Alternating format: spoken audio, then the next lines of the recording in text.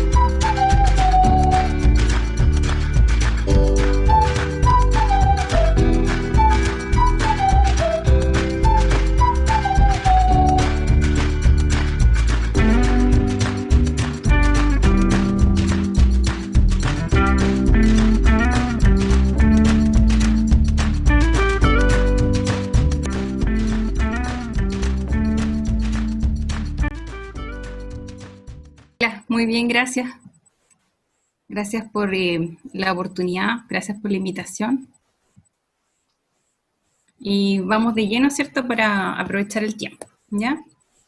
Trabajo hace poco más de 13 años en La Posta y allí, ¿cierto?, tenemos este Centro de Derivación Nacional de los Grandes Quemados. Me voy a referir a algunos de los tópicos que convocan el trabajo del anestesiólogo en torno al gran quemado, ¿ya? El manejo de la vía aérea y el manejo perioperatorio. Voy a hablar del manejo de la vía aérea de forma separada porque muchas veces se nos convoca a ayudar en el sentido de que se considera una vía aérea difícil, no necesariamente en el contexto de la cirugía. Una revisión reciente estratifica bastante bien las indicaciones de un paciente que requiere intubación, un paciente con una superficie extensa quemada, que tiene quemada la cabeza y la boca, la que sospechamos una injuria inhalatoria o que sospechamos que el traslado va a ser prolongado, que esté comprometido con conciencia o que tenga algún cambio en la voz como ronquera, ¿ya? Ahora, si tenemos dudas, intube. Es mucho mejor intubar de más, ¿cierto?, que después lamentar que tengamos un paciente hipóxico. ¿Ya? Pero también entender, ¿cierto?, que esto es un proceso dinámico. Ya el paciente puede ser requerido para ser intubado desde su ingreso, pero también en estadios más tardíos, ¿cierto?, cuando el paciente ya tiene cicatrices, retráctiles, y entonces puede ser un poco más complejo, pero probablemente en ese momento ya se va a encontrar en un centro especialista. ¿Qué técnica? La técnica de inducción de secuencia rápida, ¿cierto? Una mnemotecnia, la 7P, nos preparamos con todos los materiales, incluyendo, ¿cierto?, plan B, oxigenamos generosamente al paciente 3 a 5 minutos con oxígeno al 100%, lo pretratamos, habitualmente usamos fentanilo, lidocaína, esperamos unos 2 o 3 minutos para usar los hipnóticos y los paralizantes, ¿ya? Lo posicionamos, ¿cierto?, en posición de olfateo y lo protegemos. ¿En qué podemos proteger particularmente al paciente quemado, cierto? En que estamos muchas veces, si está quemada la cara, frente a una superficie cruenta. Entonces nosotros aplicamos el concepto del aislamiento protector, ¿ya? Y si bien la técnica de intubación no es una técnica estéril, muchas veces usamos guante estéril, colocamos compresas estériles sobre la cara del paciente donde vamos a apoyar la mascarilla para, ¿cierto?, tratar de disminuir la posibilidad de infección de esas zonas. ¿Ya? Pasamos el tubo y después, ¿cierto?, entre los cuidados post-intubación, ¿cierto?, una de las cosas que también son distintas en los quemados es que tratamos de no, ¿cierto?, colocar cintas en zonas quemadas. Marcela. ¿Sí? Disculpa, no está avanzando el power. No se ve la inducción de ISR-STP, ¿no? No, está la primera pantalla, está como, falta como la presentación, como avanzar la presentación, digamos, está la primera diapositiva, anestesia en el gran quemado adulto, y no ha avanzado. Ya, porque acá me avanza bien. Voy a dejar de compartir un rato. Ya, perfecto. A ver si mejoramos eso, ¿ya? Ya.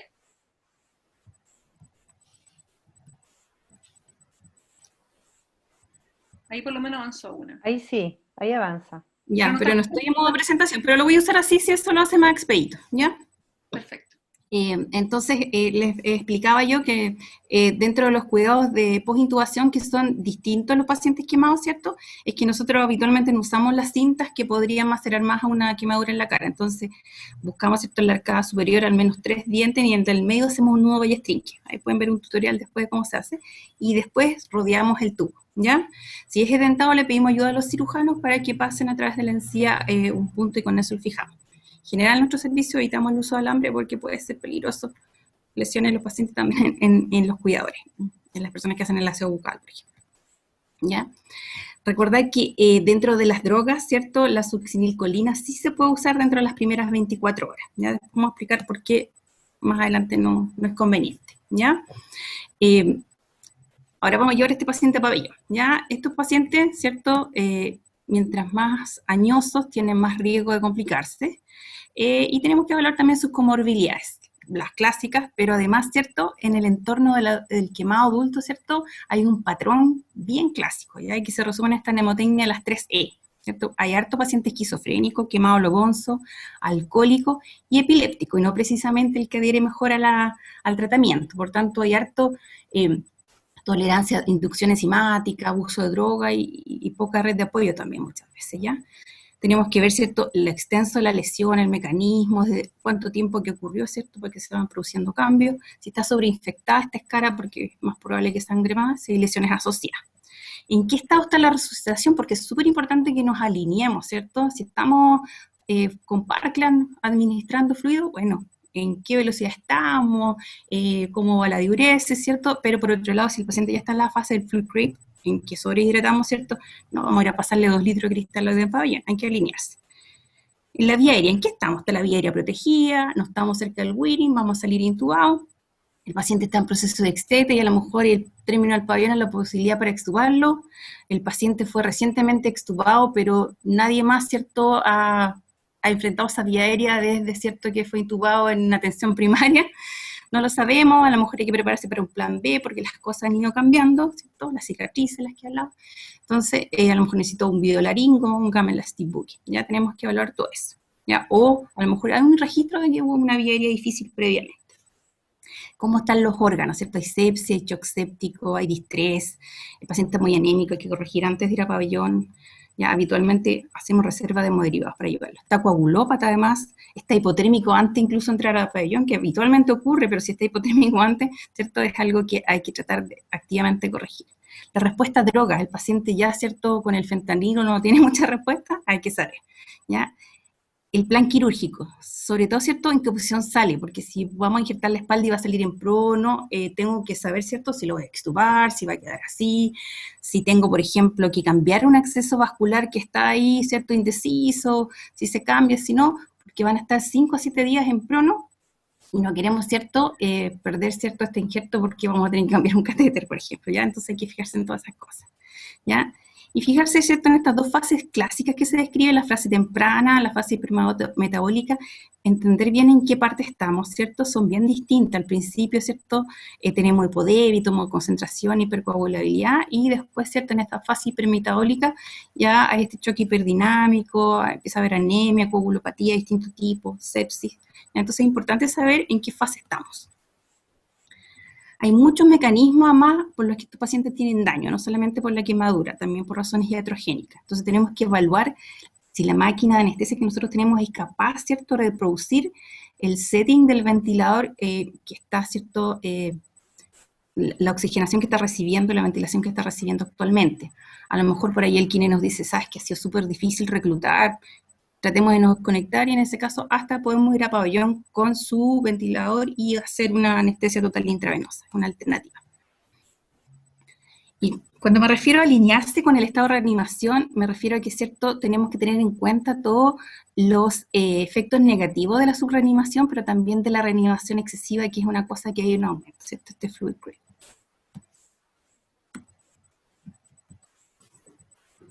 Los pacientes quemados son hipermetabólicos, ¿cierto? Y uno de los estándares de cuidado es instalar una sonda nasoyonar dentro de las primeras 24 horas de ocurrir la lesión para intentar conseguir, ¿cierto?, suplir sus necesidades nutricionales. Sin embargo, aún así es difícil, sobre todo que van muchas veces a pabellón. Entonces, nosotros tenemos un consenso en el WAP, no siempre lo respetamos, pero lo intentamos, ¿cierto?, de que pacientes que están con una sonda nasoyonar in situ, sin reflujo, incluso podrían no requerir, ¿cierto?, ayuno preoperatorio.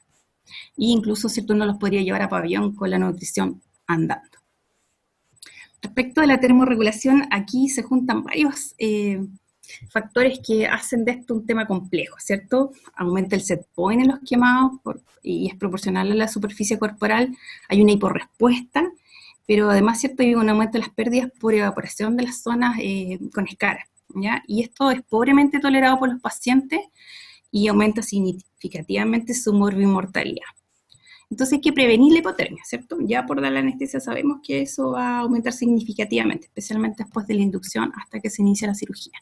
¿Qué hacemos entonces? Previamente calentamos, ¿cierto?, el entorno de pabellón. Ya esto puede tomar tiempo, así que hay que tenerlo en mente. Incluso algunos aconsejan ponerlo dentro de la lista, ¿cierto?, del checklist de la pausa que se hace previamente, ¿ya?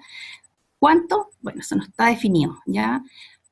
Porque las cifras mayores se supone que podrían andar mejor, no está demostrado, pero sin embargo podrían afectar, ¿cierto?, la performance del equipo, ¿ya? Aumentar la deshidratación, también podría ser que aumente la sudoración y eso aumenta la tasa de infecciones, ¿ya? Si no está zanjado, nosotros al menos partimos por 26, 27 y si la cosa no se ve muy bien vamos aumentando gradualmente. Administrar fluidos tibios, ¿cierto? Cubrir las zonas no quirúrgicas, la cual a veces es muy complejo, porque está el paciente o quemado en una zona o la otra zona es sonadora. Cuando tenemos una zona que podemos calentar, usamos habitualmente un sistema de convección, aunque también hay mantas térmicas, ¿cierto?, que hacen fluir agua que uno va calentando a la temperatura que planea y se colocan debajo del paciente. Algunos han dicho que para evitar, ¿cierto?, esta posibilidad de contaminación, de distrés del personal al calentar el entorno, se podría usar el sistema de calentamiento endovenoso, el mismo que se usa para hacer hipotermia en los pacientes post-paro, ¿cierto?, pero en este caso para calentar. Pero eso, ¿cierto?, aumenta el riesgo por concepto de canular y además son sistemas caros, ¿ya? Una de las estrategias que ha demostrado en la literatura ser bastante efectiva, ¿cierto?, en centros en que aplican todas estas medidas, pero igualmente tienen hipotermia, es precalentar a los pacientes con 37,5 o menos, durante 1 hora o al menos media hora, ¿cierto?, se calienta con este sistema de aire por convección, ¿ya? En la evaluación, ¿cierto?, también hay que tener en cuenta el plan quirúrgico, ¿cierto? Tal vez algo más bien simple, sin mucha pérdida sanguínea, o tal vez, ¿cierto?, si vamos a una escarectomía en donde especialmente si es afasia vamos a tener importante sangrado, o un injerto donde va a haber una sonadora que va a doler mucho, ¿ya? Pero entender que esto es dinámico, porque si tenemos un paciente que va a revisión y no encontramos que se perdió parte del injerto y tenemos sonadora, ¿ya?, y podemos hacer un injerto suplementario, ¿cierto?, tenemos que estar preparados, así que siempre estar preparados, ¿cierto?, reservar hemoderivados por si este plan cambia. Lo monitorizamos con los estándares de la ASA, ¿ya? Habitualmente los grandes quemados van a tener una línea arterial y un catéter central, ¿ya? Siempre monitorizar temperatura. Y usar mucho ingenio, porque muchas veces no tenemos dónde colocar los sistemas de monitorización. Acá, por ejemplo, hay una electrocardiografía usando corchetes quirúrgicos. Acá el sistema, ¿cierto?, el saturómetro de oreja en la aleta nasal, y el de dedo acá en la mejilla, ¿cierto? Y entendiendo que muchas veces vamos a tener que retirarlos porque igualmente, ¿cierto?, son zonas quemadas que van a tener que ser aseadas.